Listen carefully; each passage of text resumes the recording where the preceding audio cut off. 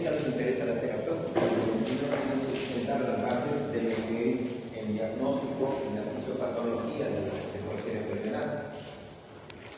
El síndrome metabólico como tal también es un concepto muy amplio. Cuando se planteó, pues hay mucha gente que no está de acuerdo, y lo mismo sigue pasando ahora, hay mucha controversia. Porque hay tantos componentes y tantos marcadores que se podrían medir que es incierto. Al principio, de unos años de discusión, incluso se le dio un código como de enfermedad, un código diagnóstico en la clasificación internacional de enfermedades, el CIE-9 todavía, en el CIE-10 y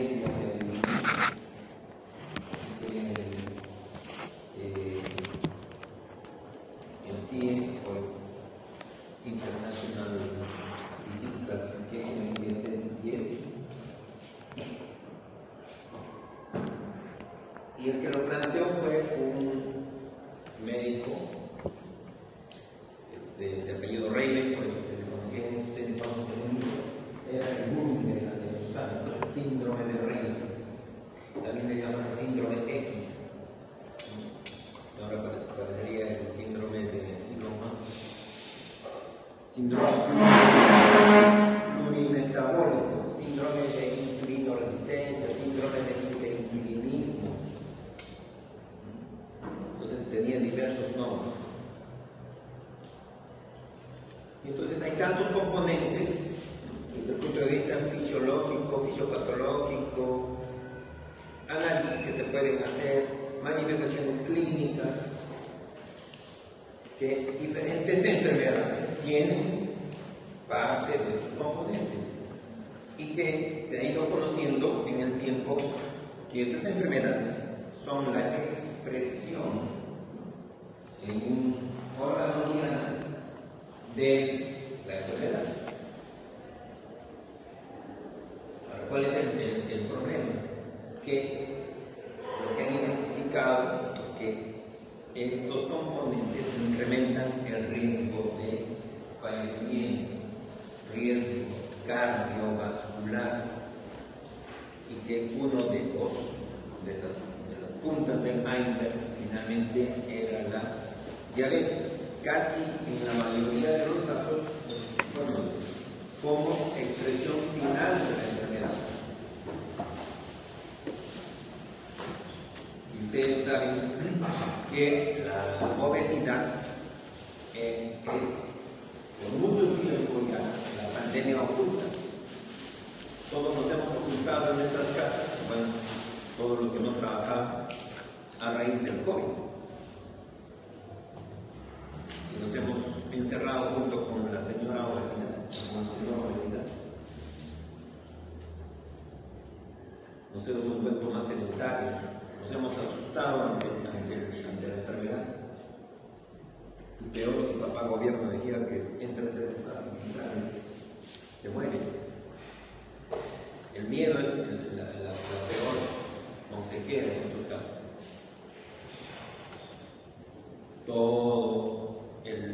Las personas que tenían predisposición a obesidad y los ya obesos se agravaron durante la pandemia. O sea, la pandemia oculta siguió creciendo. Todos se dieron cuenta que la obesidad también era el principal factor de riesgo para morir por COVID, más que la misma diabetes. Pero, bueno, poco les interesó. Y estos son los principales, no los únicos, pero los principales componentes del síndrome metabólico.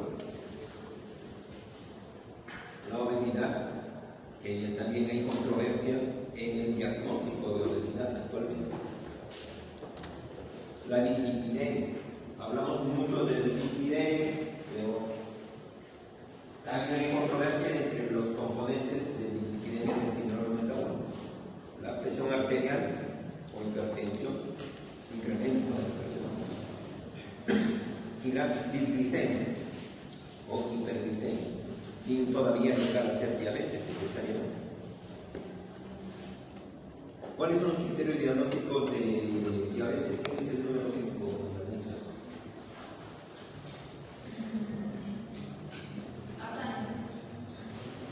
¿dónde está? ¿Atalia? Doctor. ¿Cuáles son los criterios diagnósticos de diabetes? Diabetes, un criterio podría ser la insulina elevada,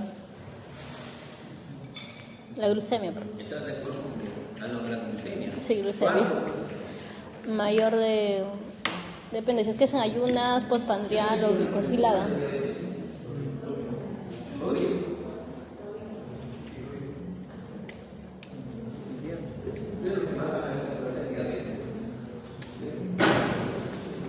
Siempre me sorprende la diabetes. Además, ¿quiénes han notado la endorfina? ¿No tiene mano?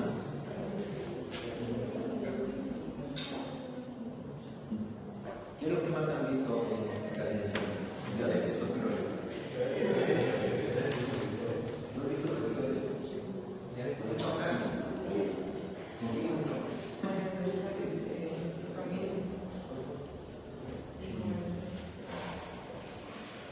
¿Cuáles son los criterios diagnósticos de diabetes?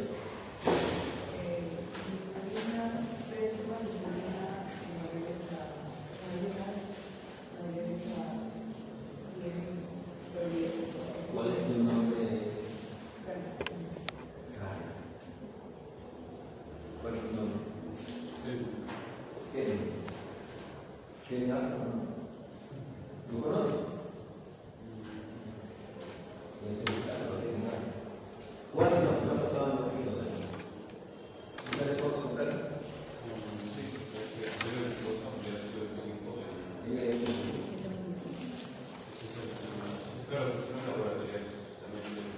¿Qué glucosa es?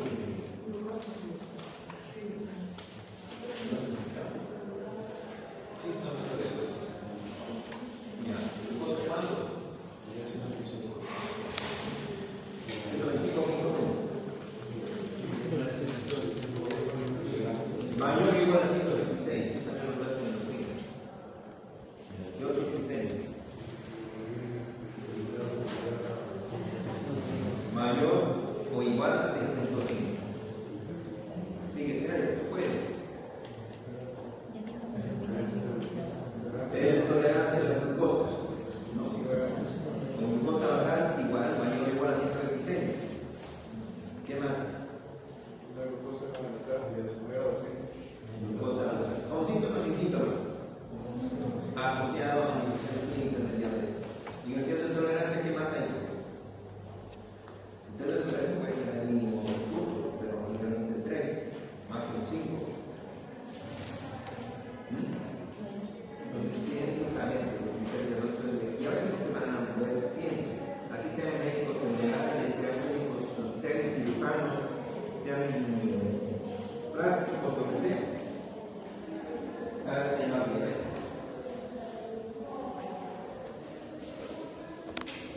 Y lo que decía, el riesgo cardiovascular se incrementa en las personas con síndrome metabólico del tiempo. Ahora, ¿por qué el LDL colesterol no está considerado un síndrome metabólico? Esa es la gran discusión. Es la molécula o la partícula aterogénica del perfil de lípidos. Si no lo han considerado, está considerado bien los triglicéridos, más de 150.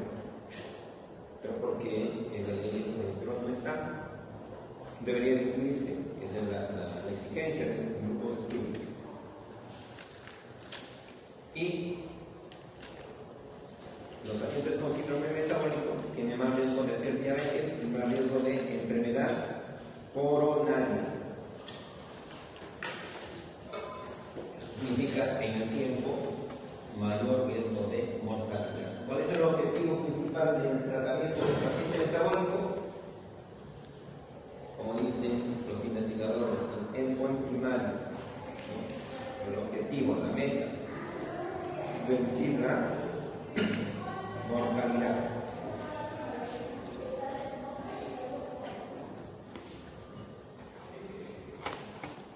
Aquí podemos un poco afinar los ojos.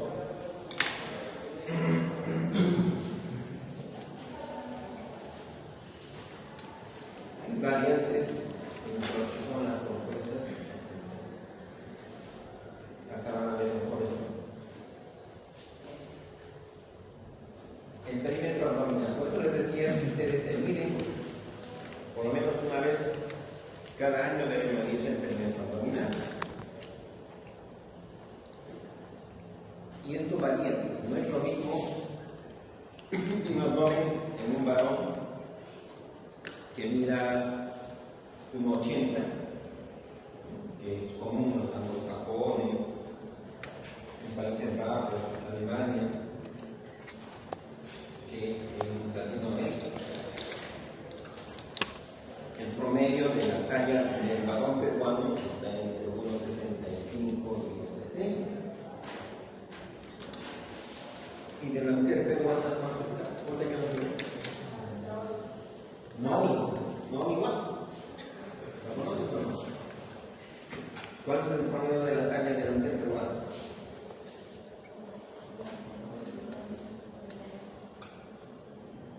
¿Cuál es tu talla? ¿Estás segura? Creo que está un poco menos, ¿no? Entonces, la economía de la talla peruana está entre unos 1,75 y unos 60. Entonces, ¿cómo podemos comparar ese perímetro abdominal de una mujer cuyo promedio de talla está en 1,75 o 1,80 en los anglosajones, los europeos, con la talla de una mujer de Latinoamérica? No es compatible, por eso es que se propuso tanto en la raza marina, con la asiática, como en lo correcto dice hispanoamericano, lo latinoamericano, tener este rango. Por eso les digo, ¿cuántos de ustedes o cuántas de ustedes se han medido con esta barriguita? ¿Y dónde se mide la mano que han estado mirando? En el primer.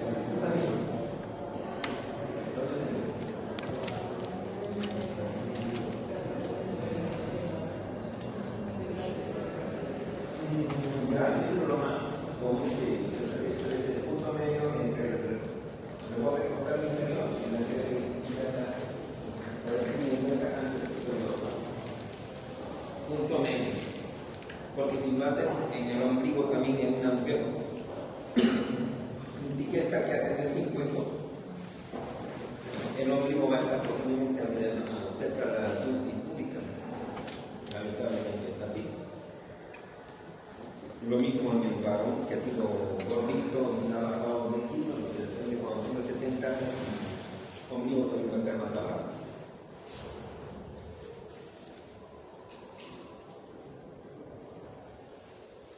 ¿Quién está comiendo galletas?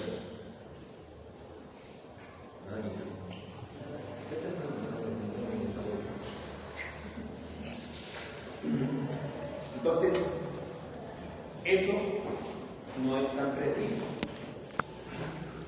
Como no es tan preciso, hablamos de razas y tales, como no es tan preciso, por ejemplo, un levantador de pesas, ¿no? Yo tengo un abdomen de repente de 105 centímetros, pero con masa muscular incrementada en pared abdominal. No es lo ideal, pero será metabólico. Habrá que ver los otros parámetros. La hipertrifia viene de más de 150. Ya les decía que muchos de nuestros fisiólogos no están de acuerdo. El HDL colesterol en mujeres. El HDL colesterol, entre comillas, es el barrendero de nuestro organismo, la masa policía que va a realizar el transporte de eventos de LDL hacia el hígado para el procesamiento y regulación. Mujeres más de 50, varones más de 40. Y cuando está por debajo se considera un componente del síndrome metabólico. Tampoco hay hay muchos que están de acuerdo en esto. No es lo mismo si yo tengo un colesterol total en 200 y tengo un colesterol HDL en 40, que estaría óptimo según estos valores. Porque mi colesterol no HDL, que es lo que le están dando mucha más importancia en la actualidad, los nuevos fisiólogos, estaría en 100. ¿Cuánto? 160. Y lo que proponen es que el colesterol no HDL debe ser a la misma meta que el LDL. La meta del LDL, por menos de 130 en las personas sin historia, en las personas con algún riesgo de historial de enfermedades metabólicas o riesgo cardiovascular menos de 100, si es que ha habido ya algún evento, cuando es un diabético, se pondrá un equivalente coronario, o si un paciente no diabético ha tenido un infarto, un ACV, menos de 70. Entonces estaría muy lejos con un no HDL en 140. Dígame. En personas ascéticas el HDL es más elevado que el percentil. En ese caso, había un límite tope en el HDL para la glicemia.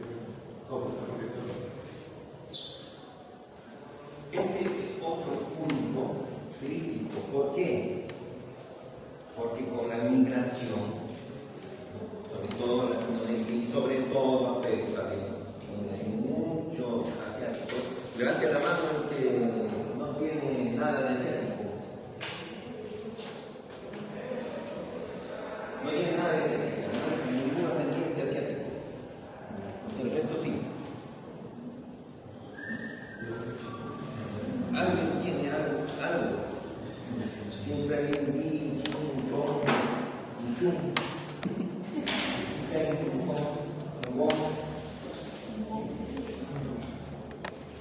Entonces, el LDL, cuando tiene ciertos rangos, algunos se discuten eso.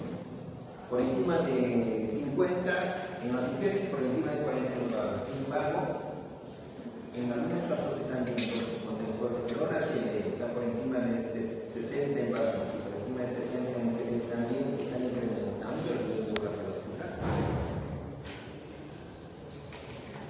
¿Qué tan beneficioso es que sea más alto? Está todavía en estudios. Así como ahora los nuevos objetivos de LDL son menos de 55 en las personas con riesgo cardiovascular como los diabéticos. Otros dicen cuanto más bajo mejor. Pero otros dicen que consideremos que es una masa de colesterol. ¿Cuánto debemos bajar? Sigue la discusión. ¿Cuánto debemos bajar el colesterol? ¿De dónde viene la testosterona?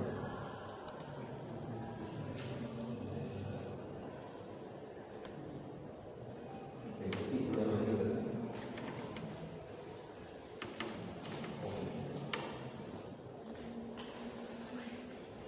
¿De dónde viene?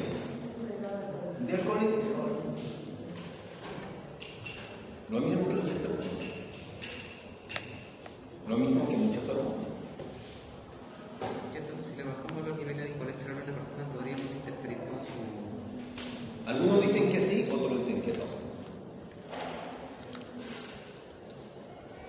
Ahora hay una interconversión entre el colesterol y los estrógenos. Si tenemos mucho peso, también va a incrementar la concentración de estrógenos en los varones por incremento de la acción de la enzima aromatasa. Entonces, todo es controversial y todo está bajo estudio. Así que si ustedes tienen algo por estudiar acá en nuestra población, excelente. No todo está bien. Siempre hay cosas que van cambiando, así como está cambiando lo que es el concepto de obesidad. Y eso se ha hecho más patente en la nueva publicación de cáncer que ha salido en el primer trimestre de este año. Presión arterial. Hay muchos fisiólogos que están diciendo que el problema mayor empezó cuando empezamos a bajar o cuando quisimos bajar la presión con los nuevos antihipertensivos. El adulto mayor que ya tiene aterosclerosis o adulto joven con aterosclerosis, muchas veces perfusión cerebral, perfusión cardíaca soportada en base a presiones mayores. Si lo bajamos mucho, vamos a bajar la calidad de la perfusión cerebral. Si está muy baja.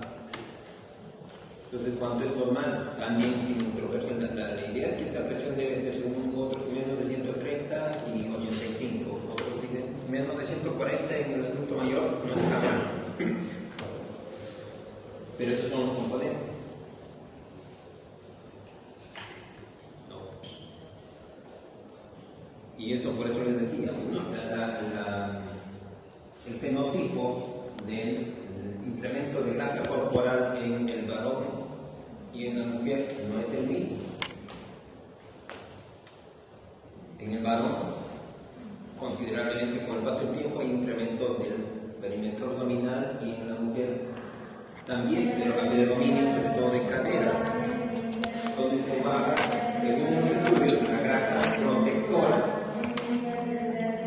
Sin embargo, hay mujeres que incrementan en demasía la grasa visceral y tienen una obesidad similar a la de varón. Y en ellas es más dañino aún que en el varón, la obesidad visceral androgénica. Y ese es el problema, pues, ¿no? ¿Cuánto de grasa debe haber en nuestra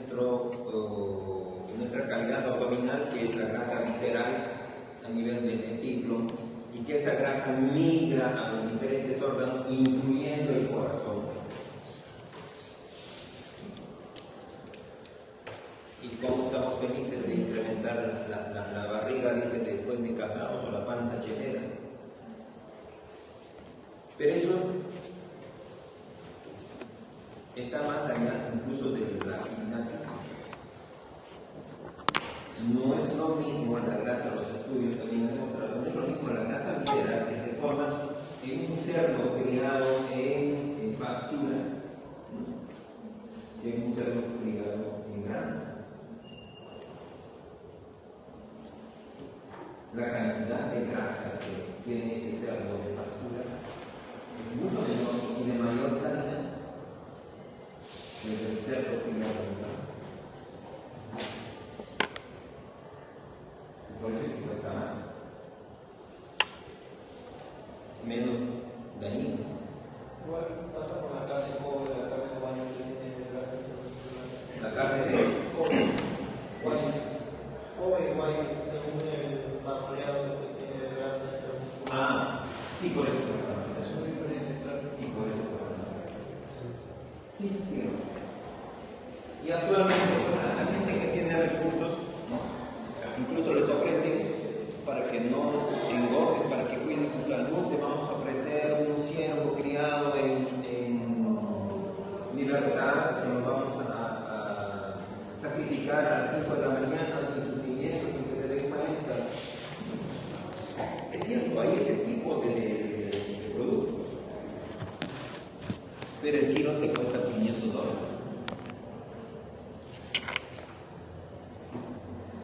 Son exquisites que tienen la gente que tiene más recursos. Nosotros tenemos que ir al mercado, no sabemos cómo lo han certificado ese pollo, si fue el pollo certificado el día de ayer, si al chancho lo golpearon, lo corretearon, si comió o no comió el día anterior, si tuvo pesadillas o no. Entonces, y encima que nos vamos estamos pensando, vamos a traer lonchera, no se puede, no hay donde calentar, salimos, nos vamos a la fotografía de veneno de la esquina y nos compramos la comida rica en carbohidratos, grasas, porque necesitamos energía.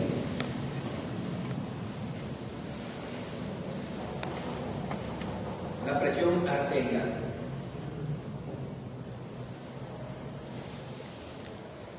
El principal regulador de la presión arterial es sistema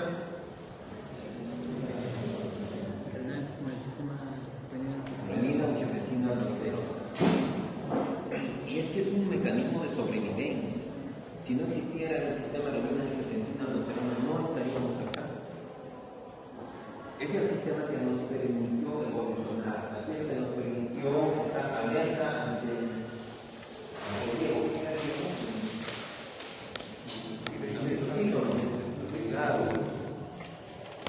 Entre lo que perseguía a Sigma, bueno, su grupo.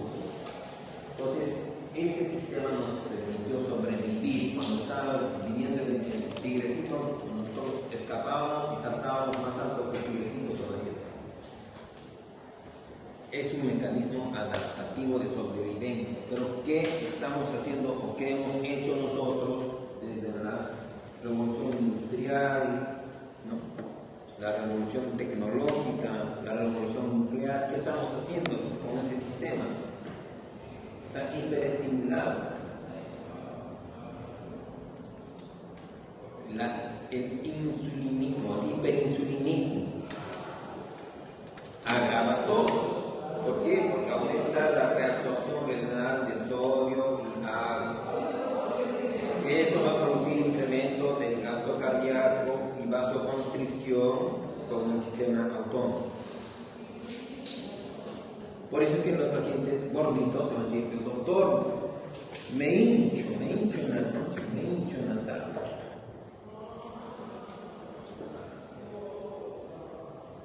Pero quizás no tienen ni la presión ni nada por aquí, pero ya se está hinchando por el insulinismo, porque está reteniendo sal y agua.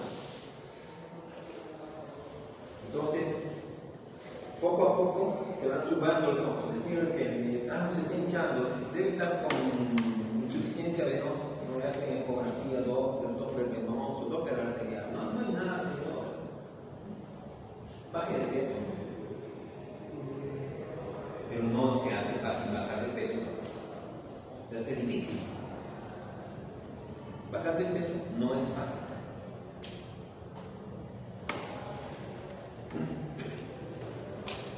Y poco a poco, debido a ese problema metabólico de la insulinoresistencia, el organismo va a ir produciendo más insulina, pero esa insulina va a venir sin trabajar bien. Los transportadores van a trabajar más.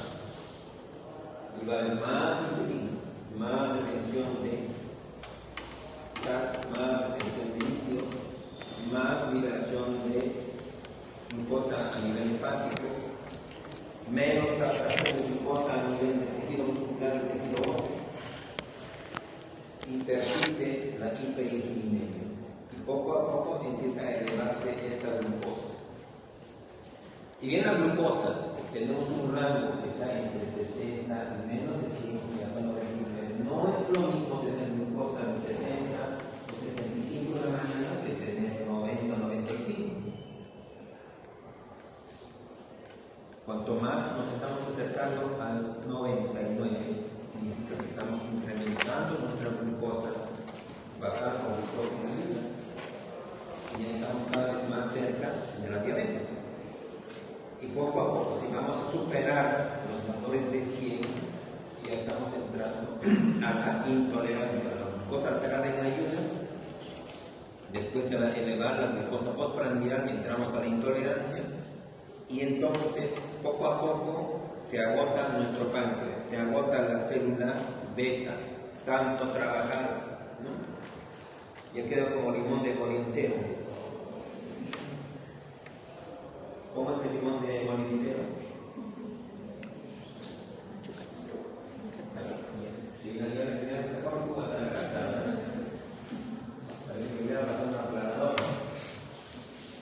Entonces, ahí ya hay más posibilidades del inicio de la diabetes. Y recuerden que posiblemente eso ya sea la punta de la vida. Ya pasó todo, ya el paciente está con presión alta, ya está con el colesterol elevado, obviamente está gordito, no necesariamente obeso, con sobrepeso, y ya inició la diabetes. Pero simultáneamente hay otros componentes